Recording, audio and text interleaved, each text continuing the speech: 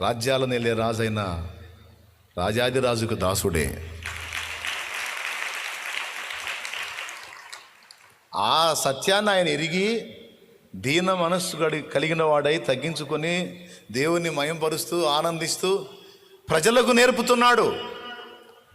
ప్రజలారా, మన దేవుడు ఇంతటి వాడు, మీరు ఆయన తక్కువ అంచనా వేయొద్దు. మనము ఆయనను ఇలా సేవించాలి, ఇలా ఆరాధించాలి.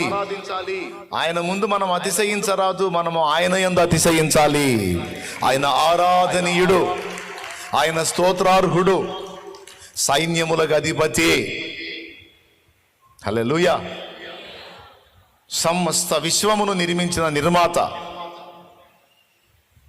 ఆయన ముందు మనం ఎగస్టాల్ చేయకూడదు అని చూడండి. తన వస్త్రాలు కూడా లక్ష్య పెట్టకుండా ఆయన నాట్యం ఆడుతూ ఒక సామాన్య దాసుడి కంటే తక్కువ. అది ఆమె చూస్తాం చూడు.